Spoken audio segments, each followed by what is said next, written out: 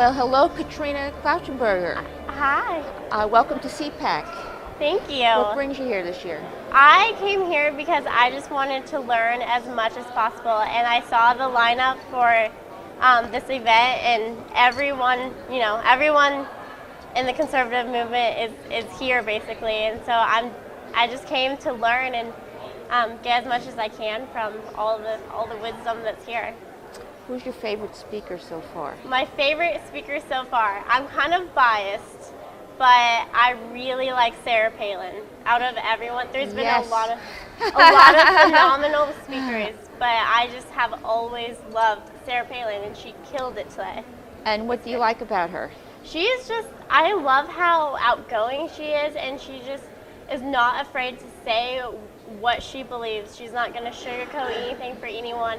She's to the point. She's not trying to put on a show for anyone. And she's truly, you can tell she's a passionate, genuine woman, and she's strong and confident, and she's just out there for the right reasons, trying to fight. No matter what the media throws at her, right? Right, They make fun of exactly. her family, Yeah. but they're still up and standing. Yeah, and her family seems like phenomenal. They seem like a very, very good, typical American family. So it's great to see. Can you give me a little background about yourself? I can, yeah. I grew up. I live still in Washington State. I grew up on a farm with my family. My family, we raise cattle and wheat and barley once in a while. So I grew up as a farm girl in between the little towns of Endicott and St. John, Washington. And there's 80 kids in my high school, so very, very small. We don't have any street lights or anything like that. Wow. Very small.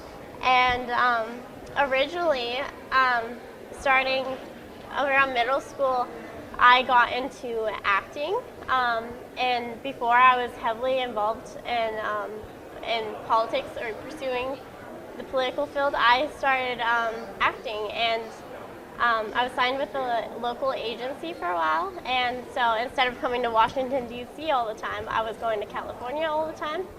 And Wow. yeah, so in the freshman and sophomore years of high school, I started modeling a little bit too. So when you were acting, what would you be in plays or? I did several plays at my high school. I did a few plays, and I got offered parts through community theaters too. But plays weren't really my favorite part of it. I wanted to be in television and film, and I still have that acting interest, but I feel like it's not as important right now.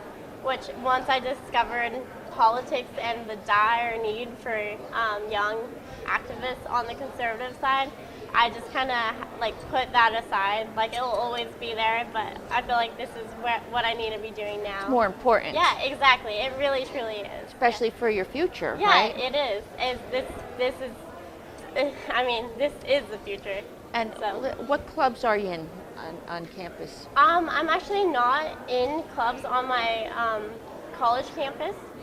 There isn't a Republican or conservative club on my campus, and I tried to start a Young America's Foundation Club this school year after attending an event by the Young America's Foundation in this past July, the National Conservative Student Conference, and I learned about how they have students will make their own yacht clubs on their campuses, and so I wanted to do that too, but it was too late for my school deadline-wise, so I couldn't start it this year, and I don't plan on staying there because my college is very liberal, so I don't plan on staying there at all.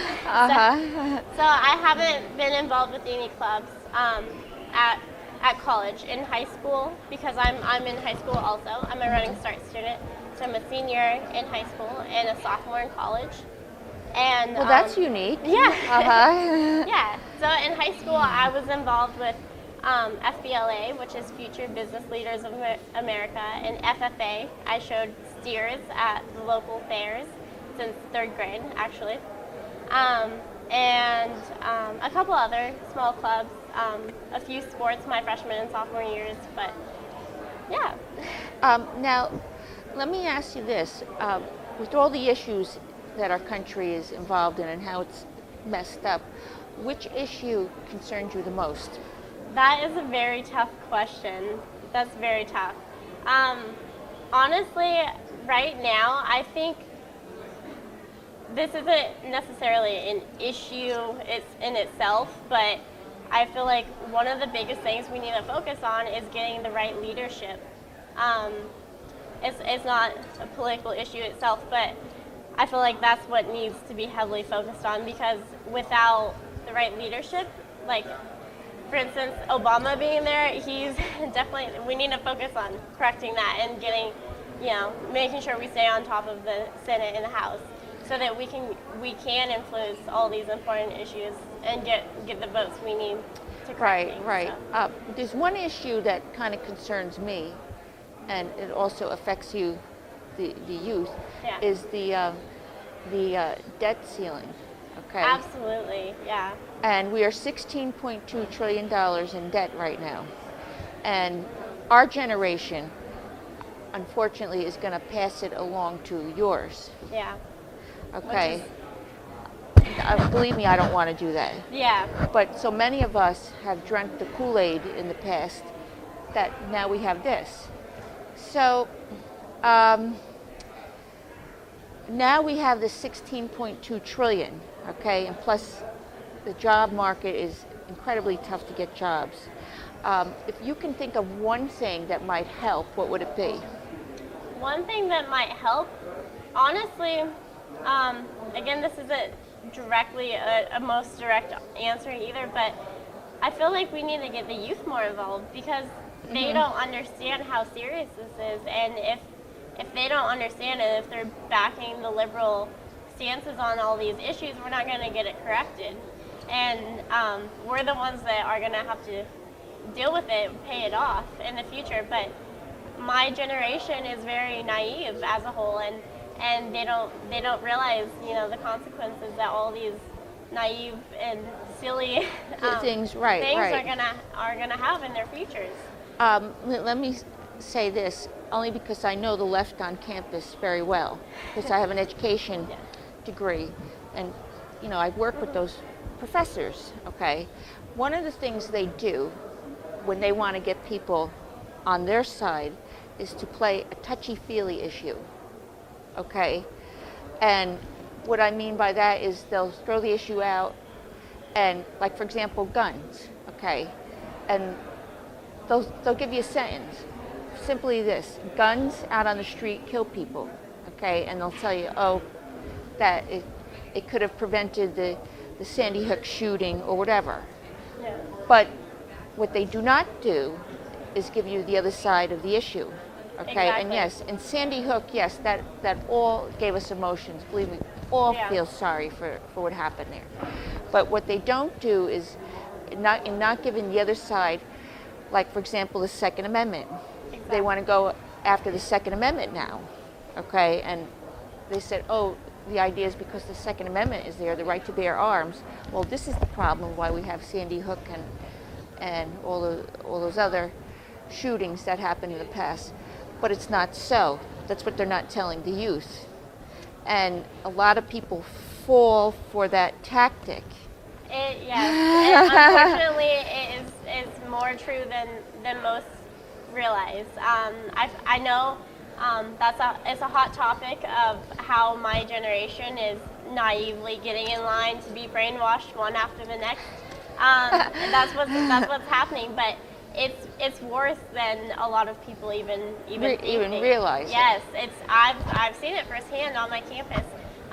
Completely, the textbooks, everything is just liberal biased propaganda everywhere, and the kids don't see it. They think that they look at their textbooks and they're saying, oh, well, if it's in the textbook, then this is clearly fact. This is fact. And what the professors and the people who write the textbooks fail to do is to tell them, hey, this is only one side of the story. This may not be fact. This may be just our opinion. But they don't say that. So the kids, they're all just getting brainwashed, and they don't even realize it.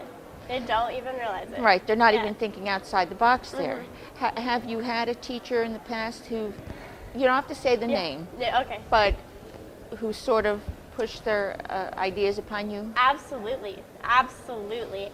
In fact, I've only had one good professor out of, this is my second year at Eastern Washington University right now. I've only had one good professor that was completely fair and did not push his own personal beliefs onto the student. And ironically enough, that was my Government 100 professor.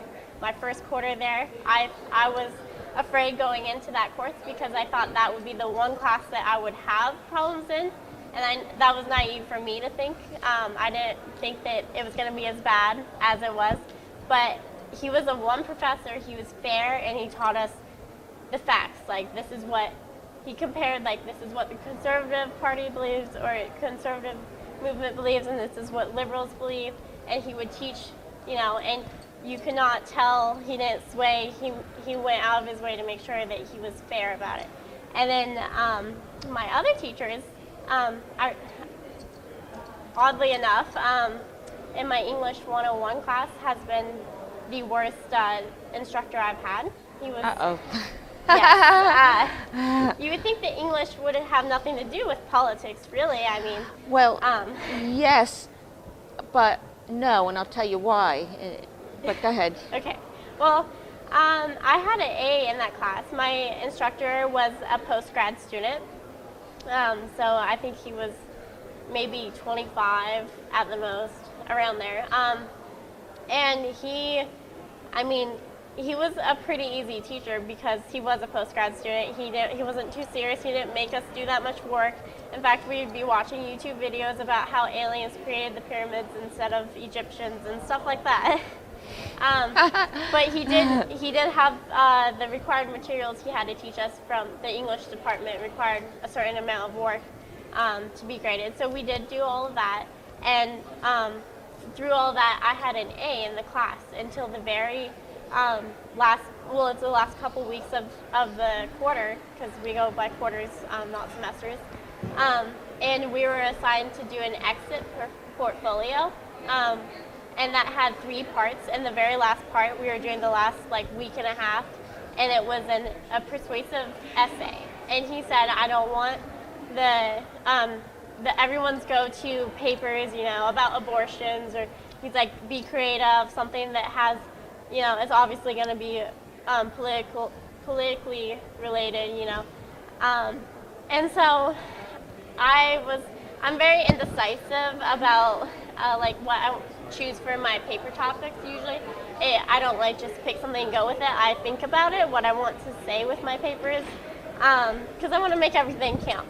And I was listening to my classmates in that room. We had probably 22, 23 students, and they all had very liberal topics.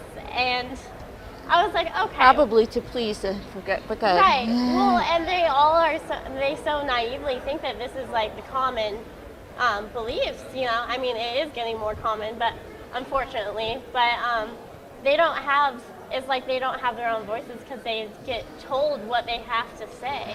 Right. Well, in that field, especially in the higher education field, in the education department, there is a philosophy going around, and it's brought on by the left to teach people how and what to think, rather than how to think for themselves. Yeah, absolutely. And that's the fault of that. And a lot of them, see, in higher education, all the courses you're talking about, like English and all that, and that's all part of humanities department. Yes, which okay. is, yeah. Right, and which that whole field is subjective.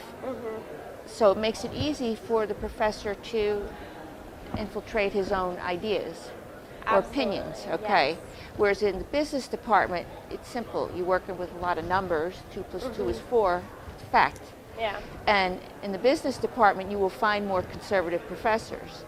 But in the humanities, and the other thing I want to mention is professors at the humanities level they're not exactly the highest paid from the college standpoint. So, and the lower, there's been some studies done by David Horowitz, and that correlates the lower pay with those who think that they have to rely on the government for dependency, rather than, and those who are higher paid seem to want to keep the status quo and be self-sufficient and whatsoever. So that's why you get more of the indoctrination in that field in what you're talking about over there. Yeah, well, absolutely, and that makes sense too, because I mean, if you're Yes. higher paid, usually, I mean, people work hard to get to where they are to be successful, and if you're working, you know, if you spend years and years or your whole life working so hard to get all your money, why would you want to go give it out, have the government take it from you and give it to someone who's not doing anything? Not all of them not doing anything. Right. But, That's the background on that. It doesn't make it right. It does. Yeah. But that's the thinking Yes. upon them. And a lot of those higher education professors, particularly in the education department, write the curriculum for K through 12. Okay, and they'll also form these community groups that will lobby their senators and their legislators to make the objectives of the K through 12 curriculum around that. And I actually have, I have an issue with that too, because this past summer I worked in my local high school as the summer secretary, and I was checking in on amongst many other tasks I was assigned to. When I wasn't busy, I was getting the shipments of all these new textbooks for the coming school year from UPS and FedEx. They're coming in, and I'd check them and make sure that order was complete, and then I would stamp our school stamp into them. And while I was doing that, I had the opportunity to see what the new books were for K through 12, essentially. And a lot of the books that were coming in, especially elementary, I was shocked. I don't remember thinking when I was in elementary that it was so completely liberal and biased. But they are, and I think they're getting worse. If you ever have a chance, go to Liberty University. I want to say it's in North Carolina or south end of Virginia, because we're on air right now. But you viewers can look it up. It's the conservative university, and you'll see the difference in the teaching. It's funny you say that. I actually have been in the process of applying to Liberty University. There's about 5 schools I'm considering for next year, because I'm not staying at Eastern Washington University at all. So I've been looking for a conservative school, and Liberty University is it is probably my number 1 pick right at the moment. But So where are you going from here? that's an excellent question. I don't know. I was hoping, and it has proved to be so far already. But I was hoping coming into CPAC that this would give me clarity as to, especially next year, what I want to do next year. But even more so for long term, like career-wise, what are the options within the political field, and what would I prefer? What would make the most sense for me to help advance the conservative movement and do my part to do what I can for our country and to save it, get more youth involved. Right. So I don't know what my future holds. I don't know what path I'm going to take, but I'm hoping. I've met some incredible people and started making contacts, and so I'm hoping that I'll be guided to where I'm supposed to go, because I know I'm supposed to do something to make a difference. Absolutely. Thank you very much for joining us, Katrina. Thank you so much. Good job. Thank you.